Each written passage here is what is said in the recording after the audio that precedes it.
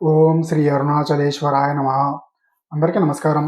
Hindu temples ఇన్ఫర్మేషన్కి స్వాగతం. నా పేరు శ్రీకాంత్. ఈ వీడియోలో ప్రతి సంవత్సరం అరుణాచల క్షేత్రంలో అత్యంత వైభవంగా జరిగే మహాదీపం, కార్తికేయ దీపం గురించి వివరించే ప్రయత్నం చేస్తున్నాను. ఈ మహాదీపం పండుగ అరుణాచల క్షేత్రంలో 16 రోజుల పాటు జరిగే అతిపెద్ద పండుగ.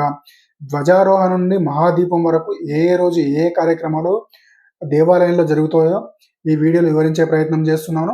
అలాగే భరణి దీపం మరియు మహాదీపం ఏ రోజు ఏ సమయంలో వెలిగిస్తారు ఆ వివరాలు వివరించే ప్రయత్నం చేస్తున్నాను. అలాగే మహాదీపం రోజు గిరి ప్రదక్షిణ ఏ సమయంలో చేయాలి, అలాగే దర్శనాన్ని ఏ సమయంలో చేసుకోవాలో కూడా ఈ వీడియోలో వివరించే ప్రయత్నం చేస్తున్నాను. ముందుగా ఈ వీడియో చివరి దాకా చూసి ప్రతి ఒక్కరు లైక్ చేసి షేర్ చేయండి. అలాగే మన హిందూ టెంపుల్స్ ఇన్ఫర్మేషన్ ఛానల్ని సబ్స్క్రైబ్ చేసుకొని సపోర్ట్ చేయండి.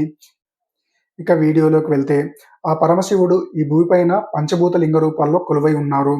ఆ పంచభూత లింగాలు ఏవి అంటే, కాంచీపురంలోని ఏకాంబరేశ్వర ఆలయంలో పృథ్వీలింగంగా, జంబుకేశ్వర ఆలయంలో జలలింగంగా, చిదంబర క్షేత్రంలో ఆకాశలింగంగా, శ్రీకాళహస్తి క్షేత్రంలో వాయులింగంగా, అలాగే అరుణాచల క్షేత్రంలో అగ్నిలింగంగా కొలువై ఉన్నారు.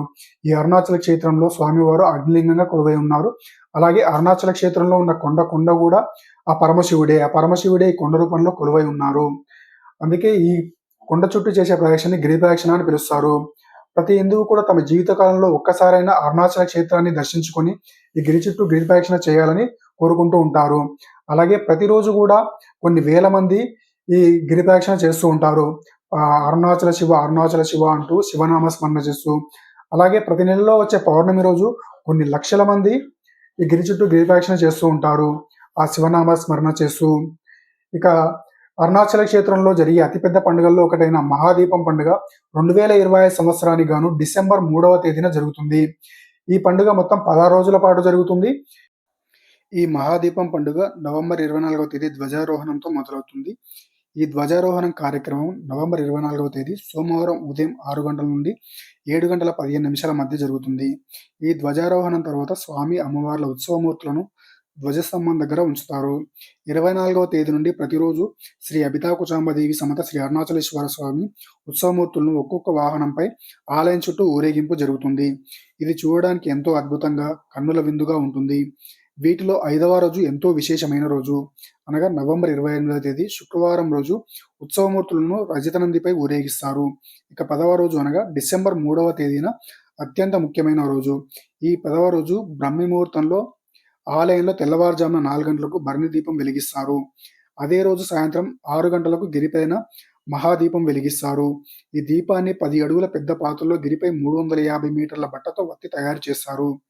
1000 కిలోల ఆవినేతిని తీసుకొచ్చి చేస్తారు. ఆ వత్తిలో చిన్న భాగాన్ని కానీ లేదా కొంత నెయ్యిని కానీ ఇవ్వగలిగితే దానిని భక్తులు ఎంతో అదృష్టంగా భావిస్తారు. ఈ విధంగా అన్ని సిద్ధం చేసి క్రింద ఆలయంలో పూజ జరిగాక దీపం వెలిగించండి అనే దానికి గుర్తుగా అరుణాచల క్షేత్రం మొత్తం బాణసంచ కాలుస్తారు. అప్పుడు అరుణగిరిపై మహాదీపం వెలిగిస్తారు.